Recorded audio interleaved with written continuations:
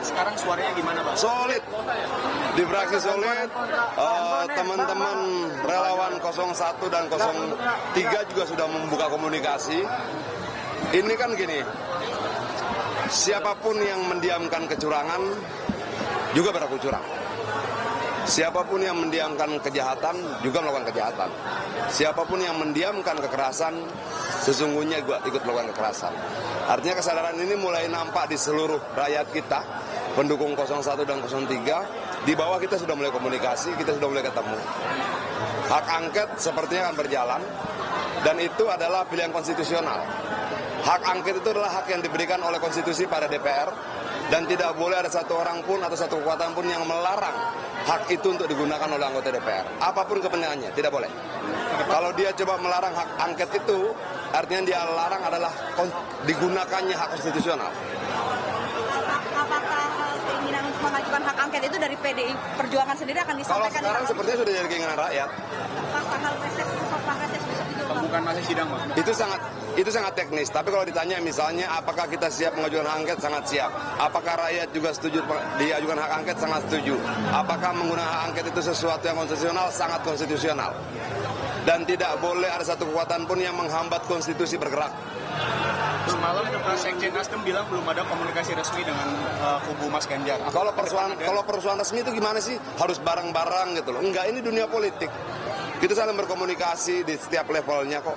Jadi belum ada rencana untuk komunikasi secara formal kubu 1 dan 03? Sebenarnya yang penting itu komunikasinya. Formal atau tidak formal kan sangat teknis ya. Itu loh. Ada pandangan dari Majelis Kehormatan P3 bahwa hak angket yang diajukan ini rawan perpecahan gitu, Bang. Majelis Kehormatan ini Pak Zarkasih Nur itu memandang kalau misalnya hak angket itu lebih baik sudah ada jalurnya tapi tidak melalui DPR gitu. Seperti apa, Bang, tanggapannya dari P3 ini, Bang? Hak angket cuma lewat DPR, nggak ada lewat jalur lain. Nggak ada jalur lain. Kalau ada jalur lain tentang hak angket ya dia menyalahi konstitusi. Kalau dianggap memandang rawan perpecahan itu seperti apa, Bang? Enggak juga, ini kan persoalan bagaimana kita melihat kondisi ya.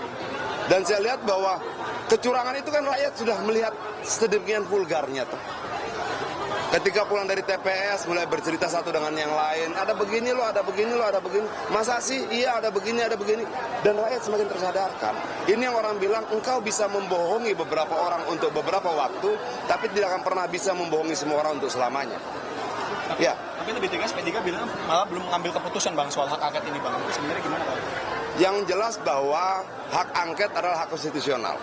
Kalau DPR menggunakan hak konstitusionalnya, itu tidak bisa dipersalahkan. Bagaimana masing-masing orang di setiap partai berkomunikasi, saya percaya pada komunikasi sudah dibangun dalam kerjasama antar partai. Tapi yakin kuotanya itu akan terpenuhi, Bang? Karena kan ada kuota yang harus terpenuhi. Secara teknis itu, Bang? Terpenuhi. PDIP nggak masalah kalau P3 misalnya nggak mendukung hak angket ini, Bang? Kalau kita yakin semuanya mendukung kok. Hanya memang sebagian sedang menghitung perolehan suaranya di pileg. Tapi semuanya mendukung. Ada kecurangan yang sangat vulgar yang dilihat oleh banyak orang. Terus kita mau memilih berdiam diri begitu? Nggak ada. Masifnya proses yang penuh dengan kecurangan ini tidak memberikan kita pilihan untuk berdiam diri. Nggak ada. Kalau kita diamkan ini, jangan harapkan pemilu berikutnya akan lebih baik.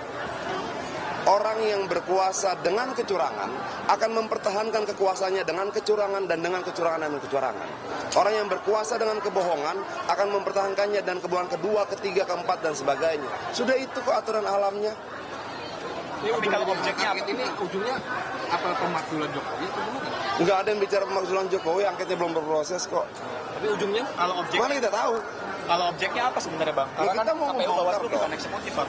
Apa? Kalau Bawaslu KPU itu bukan eksekutif. Iya, tapi kan ada banyak eksekutif lain yang terlibat juga tuh. Dan biar bagaimanapun juga sebenarnya KPU dan Bawaslu itu adalah lembaga negara. Hak angket ini bisa menyentuh siapapun. Itu selama dia lembaga negara dan menggunakan uang negara. Kenapa? APBN-nya kan DPR yang rumuskan. DPR itu punya satu tugas, namanya melakukan pengawasan. Apa yang diawasi? Pertama, undang-undang yang dia putuskan. Dia harus awasi dalam pelaksanaan undang-undang itu ada kesalahan, kelalaian, penyimpangan atau tidak. Kedua, apa yang diawasi? Budget, anggaran. Kenapa dia yang buat? Dia harus mengawasi produk yang dia buat. Berarti termasuk Presiden dan Kementerian Pertahanan dalam hal ini. Loh, semua yang menggunakan APBN berhak diawasi oleh DPR dong. Gimana? Bang, Andi Masa kita buat APBN lalu kita cuek-cuek aja? Bang, Andi Malarangeng kan Demokrat bilang, ini kan dia baru masuk ke pemerintahan ya, dibilang kalau ada partai politik yang koalisi tapi bersikap seperti oposisi, ini menyindir siapa sih Bang? Abang Nggak tahu, tanya di Malarangeng lah masa gue. Wah, gue pengen ngerokok. Nasdem, Bahlil yang kemarin Nasdem, PKS dan PKB kan hak angket, tapi dari Nasdem sendiri menawarkan ada penandatanganan nota kesepahaman dengan PDIP supaya semuanya itu nggak ada yang lepas di tengah jalan. Kalau formalitas dan teknis, gue nggak mau pusing, itu biar urusan mereka lah. Itu loh. Yang jelas kita tadi sudah konsolidasi relawan dan semua tetap dalam keadaan yang luar biasa bersemangat dan tidak ada satupun yang ragu terhadap pilihan langkah perjuangannya. Itu sudah clear. Itu loh. Bang, tapi ada yang meragukan karena wacana angket dari PDIP ini baru Bang Adian atau Mas Ganjar yang ngomong, belum ada suara dari fraksi seperti Mbak Puan, Mas Pacul dan Sekjen sudah ngomong, dari fraksi itu Bang. Sekjen sudah bicara. Artinya menurut Abang itu sudah mewakili. Loh, lalu harus berapa orang sih yang bicara? Karena kan di fraksi ada Mas Putut, Mas Pacul yang itu mewakili gitu, atau Mbak Puan. Iya, tapi DPP kan ada sekjen, ada segala macam. Sudah, kalau menurut gue itu tidak perlu dipersoalkan. Kita kompak, kita solid. Yang kita ingin lakukan adalah membongkar seluruh permainan di belakang ini. Di mana prosesnya yang bisa kita harapkan hak angket. Kenapa? Di situ nggak ada pamannya. Udah ya? Oke, udah makasih ya. Rencana JK ketemu Megawati kapan Bang? Katanya dikatakan mau bertemu. Kita itu menjawab pertanyaan lu soal hak angket. Kenapa jadi jadwal lu tanya? Pusing kalau gitu. Disemain Bang. Enggak, kita denger aja. Udah, kita ikuti. Oke? Belum tahu kapan. Pasti terjadi lah. Pasti Bang ya? Pasti kok. Ya, thank you. Ya.